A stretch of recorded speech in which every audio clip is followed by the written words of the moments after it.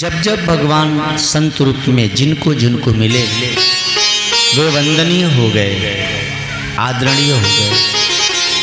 वालिया लुटेरे को नारद रूप में भगवान मिलते हैं। नारद मुनि मैं हूँ ऐसा भगवान कह रहे हैं, तो वह महर्षि वाल्मीकि हो गए। उसी नारद को स्वयं भगवान रूप में मिले थे और सुंदर रूप मांगा था। नारद जी का कहाँ भला हुआ? नारद जी का हृदय से भला किया भगवान ने, लेकिन नारद जी को समझ में नहीं आया। भगवान गुरु बनकर नारद जी को वह स्वरूप दिए थे। यानी जब भी भगवान मिलेगा तो गुरु रूप में मिलेगा। इसीलिए विद्यालय में हम जब पढ़ते हैं और जब गुरुजन पढ़ाते हैं, उस पढ़ाने वाले सामने जो व्यक्ति खड़े हैं उनके अंदर भगवत भाव करके विशेष भगवान हमारे लिए गुरु बनकर आए हैं ऐसा भाव करके यदि श्रवण किया जाए, अध्ययन किया जाए तो बहुत सहज हो जाता है पढ़ना। आख्या ही में को भवानुग्र रूप, फिर विकराल रूप था भगवान का। जब नरसिंह रूप में प्रगटे थे सारे देवता डर गए। इतना ही नहीं, माता लक्ष्मी इठलाती हुई गई कि मेरे तो पति हैं, मैं मना लूँगी, लेकिन नहीं, लक्ष्मी जी से भी नहीं माने। भक्त प्रहलाद जब हाथ जोड़कर पहुँचे हैं, भगवान नरसिंह ने प्रहलाद को उठा के गोद में बिठा लिया। परमात्मा उग्र रूप तो हैं, लेकिन जो विशेष रूप से परमात्मा को जान जाते हैं या जानना चाहते हैं, वह उग्र रूप भी उनको सौम्य रूप प्रतीत होने लगता है। अर्जुन के सामने वह विकराल रूप है, फिर भी अर्जुन वंदन करते हैं। और जैसे ही वंदन किया, विराट से फिर चतुर्भुज रूप में परमात्मा प्रकट हो गए। आपको हमको भी ये जो पूरा विश्व दिख रहा है, यह भागवत कहती है, यह पूरा विश्व ही भगवान है, उन्हीं का स्वरूप है। ईश्वर ने दुनिया बनाई नहीं, ईश्वर स्वयं दुनिया बन गए। तो जो कुछ भी हम देखते हैं यह साक्षात प्रभु का स्वरूप है। इसीलिए गोस्वामी कहते हैं, सिया राम मैं सब जग जान, करो प्रणाम जोर जुगतान। सब कुछ भगवान है। ज्ञानी के लिए सृष्टि ब्रह्ममय है और अज्ञानी के लिए सृष्टि मायामय है। सृष्टि वही की वही है। जैसे धूप हुई है तो धूप है ही। अब कोई धूपी चश्मा लगाए तो उसके लिए छांव नजर आता है, लेकिन वास्तव में छांव है नहीं। ऐसे ही यह ब्रह्ममय विश्व है। कोई माया में पड़ गया है, माया का चश्मा लगा ही लिया है, तो उसे मायामय दिखता है। इसमें ईश्वर की क्या गलती? हम और आप अपने हमारे आँखों की जो देखने की दृष्टि की सृष्टि को देखने की जैसी दृष्टि होगी, वैसी ही सृष्टि नजर आएगी। यदि दृष्टि भगवतमय है तो सृष्टि भी भगवतमय नजर आएगा।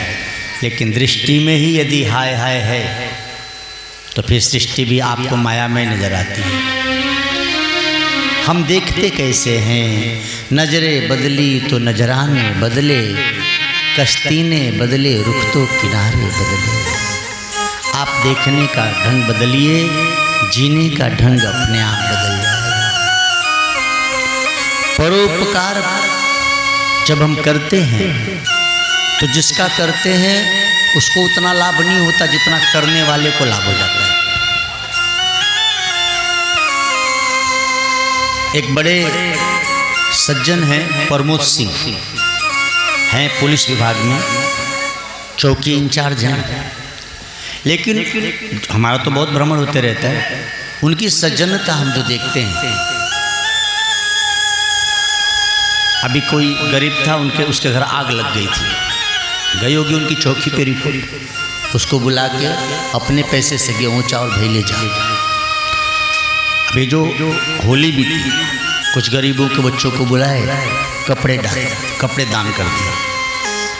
अच्छा, जितना वो करते हैं भगवान ने उनको उस तरह का बनाया भी है।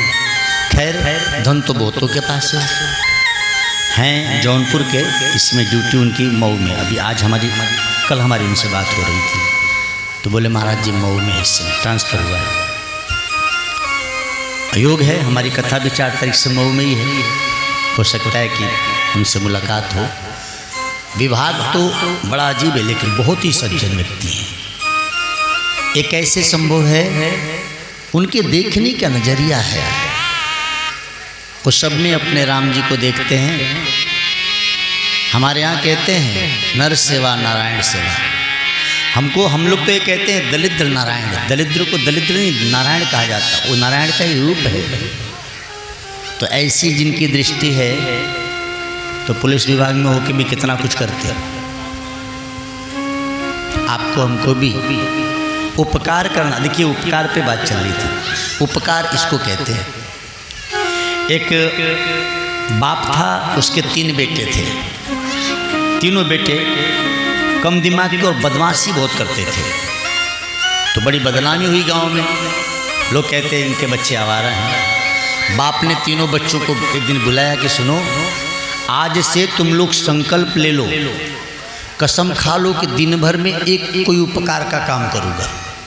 बेटा, ऊपर ही तो सरिस धर्म नहीं भाई, तुम उपकार का काम करोगे तुम्हारा नाम हो जाएगा। आज से संकल्प ले लो, उपकार करो। और सुनो, उपकार जब करोगे ना तो गाली भी सुनने को मिलेगी। सहना करोगे ना आज से? बोले बिल्कुल पिताजी करेंगे। तीनों बच्चों ने संकल्प ले लिया, आज से हम उपकार जरूर करेंगे।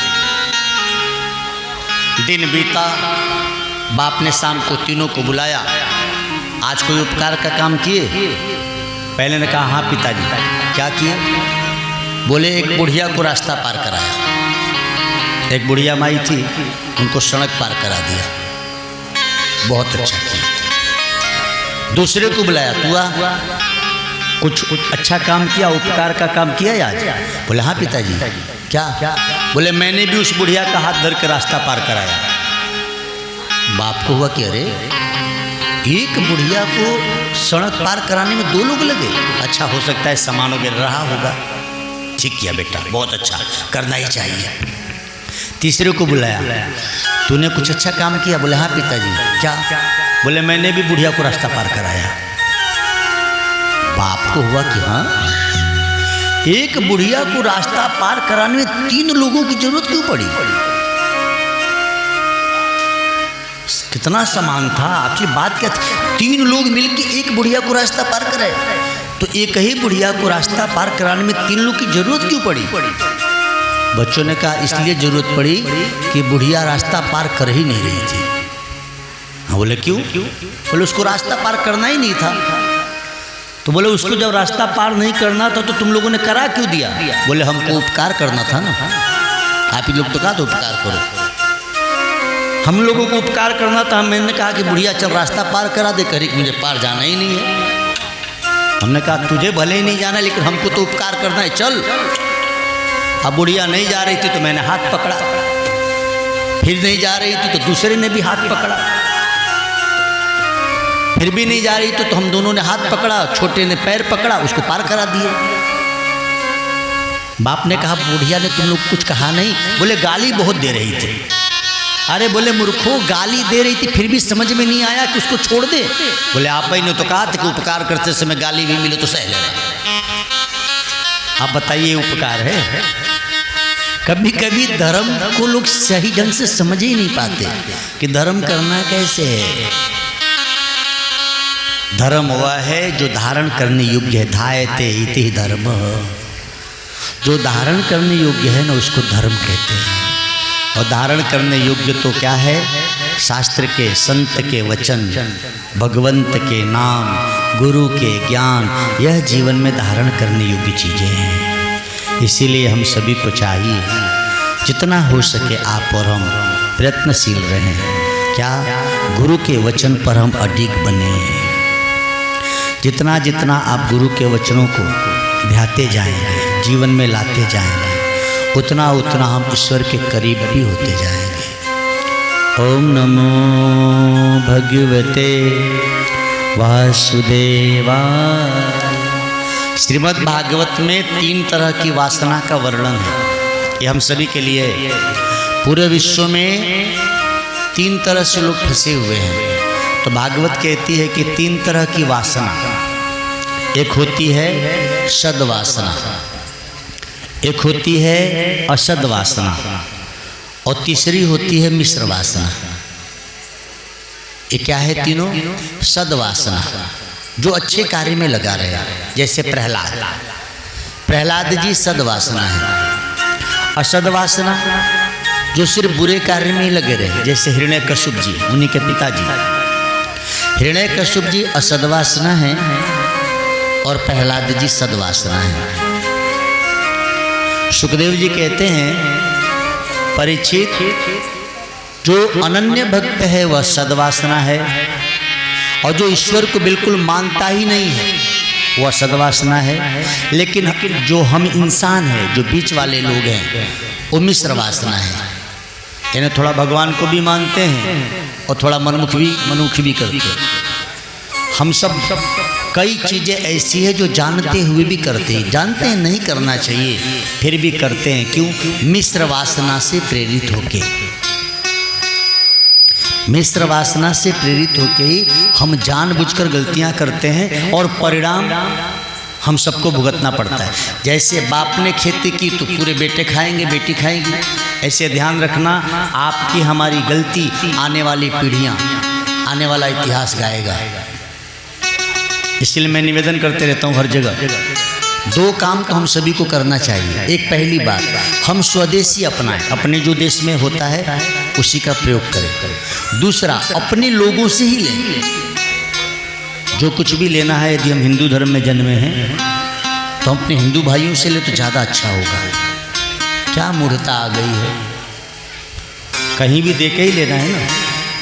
अपने लोगों से दे के लेने में क्या हर्ज है? हम ऐसे लोगों से दे के लेते हैं जो हमारे धन से फिर हमारे गला काटने का प्रयास करते हैं।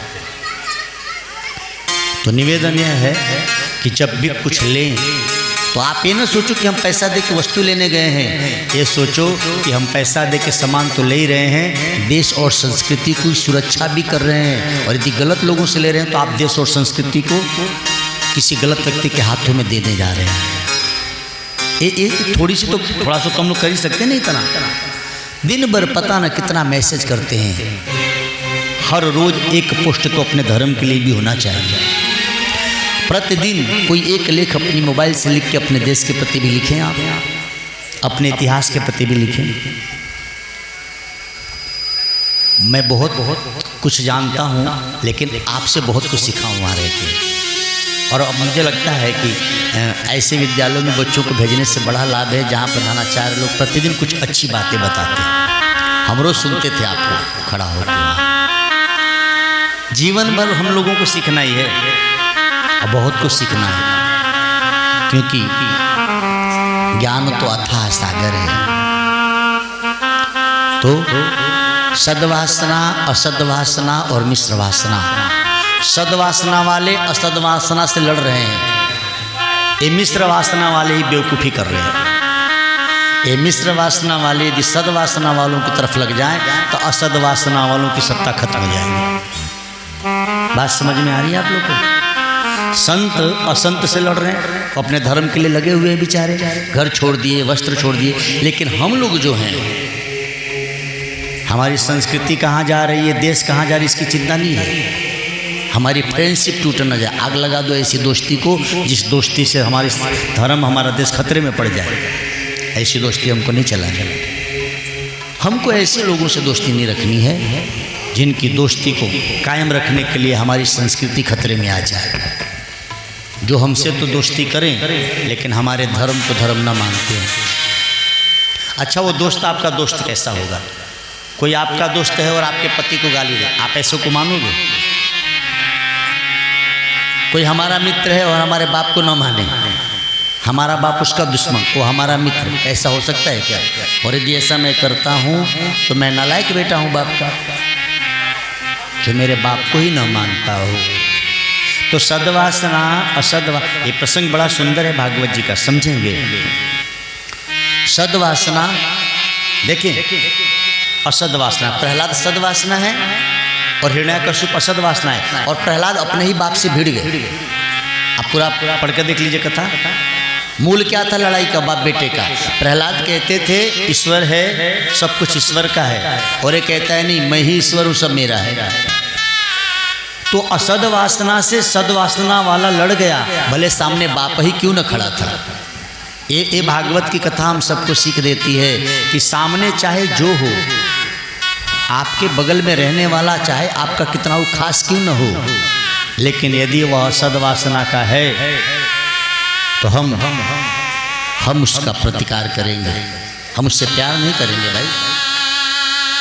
तो ये कथा हम सबको सिखा रही है कि हम भी अपने जीवन पर्यंत इतना तो प्रयास जरूर करेंगे। आप सभी व्यासपीठ से आप सभी को वंदन और प्रार्थना, पूरे जीवन पर्यंत हम सब अपनी संस्कृति और अपने धर्म की रक्षा में तत्पर रहने का संकल्प लें।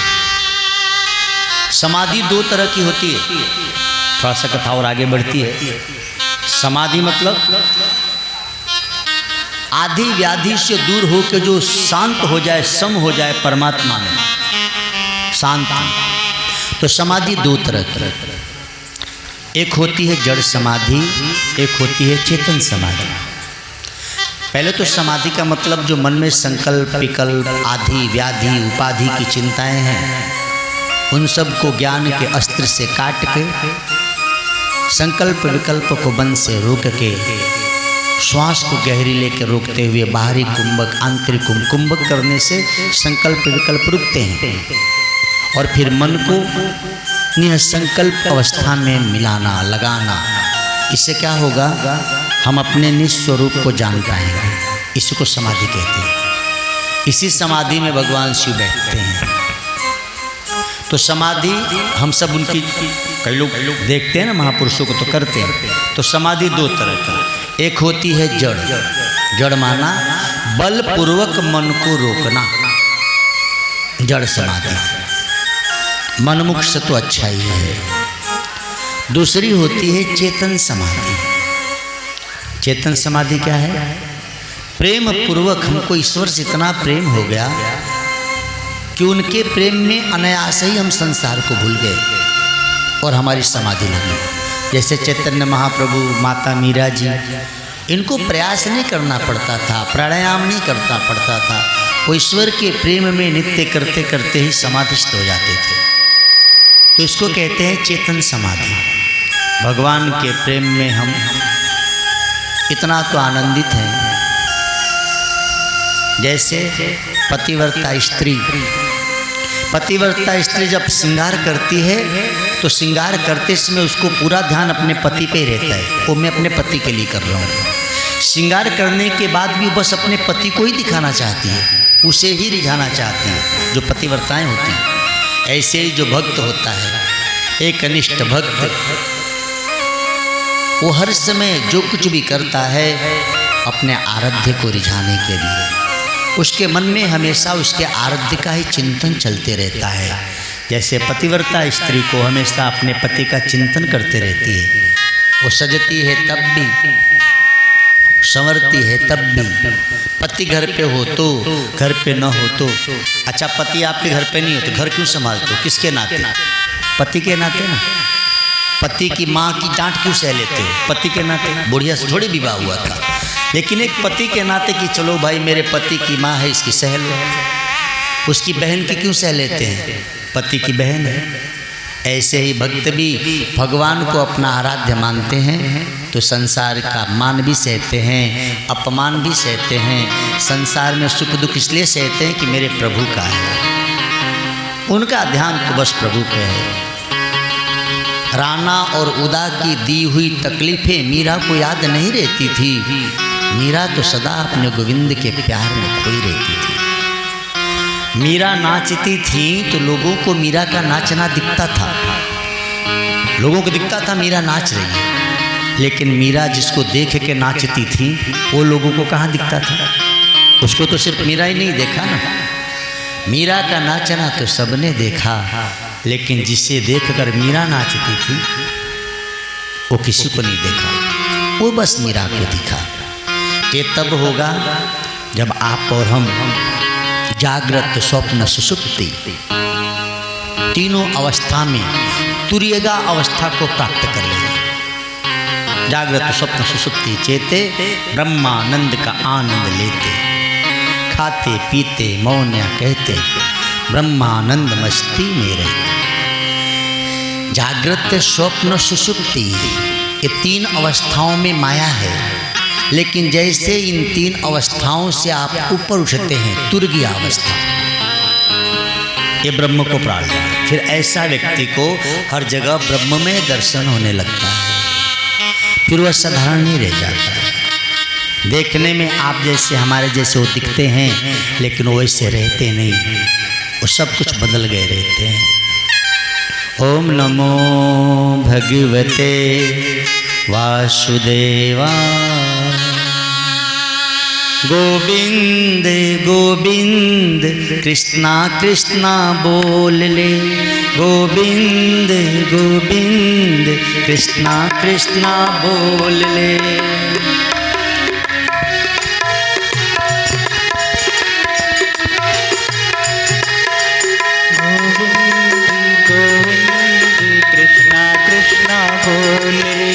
हरि नाम की चाबी लाकर हृदय के पट खोल ले, हरि नाम की चाबी लाकर हृदय के पट खोल ले। गोविंद गोविंद कृष्णा कृष्णा बोल ले, गोविंद गोविंद कृष्णा कृष्णा बोल रे। गोविंद गोविंद कृष्णा कृष्णा बोल ले, गोविंद गोविंद कृष्णा कृष्णा बोल रे।